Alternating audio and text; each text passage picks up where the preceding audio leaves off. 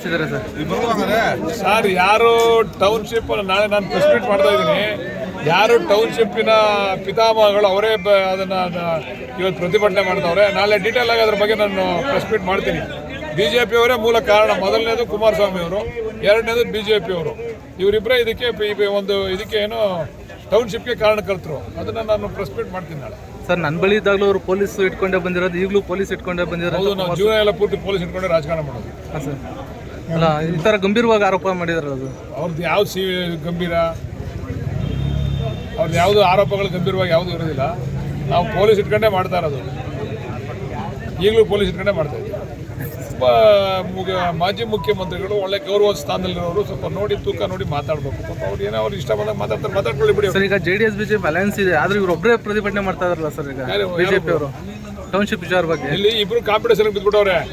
ಯಾರು ಅದನ್ನ ಟೌನ್ಶಿಪ್ ಮಾಡಿದ್ರಲ್ಲ ಅವರಿಬ್ಬರೇ ಕಾಂಪಿಟೇಷನ್. ನಾವು ರೈತರ ಪರ ಅಂತ ಏನ್ ಇಬ್ರು ಬಟ್ಟೆ ಬಿಚ್ಚೋ ಕುಣಿತಾ ಬಿದ್ದವ್ರೆ. ಕುಣಿಲಿ ಬಿಡ್ರಿ ನೋಡೋಣ.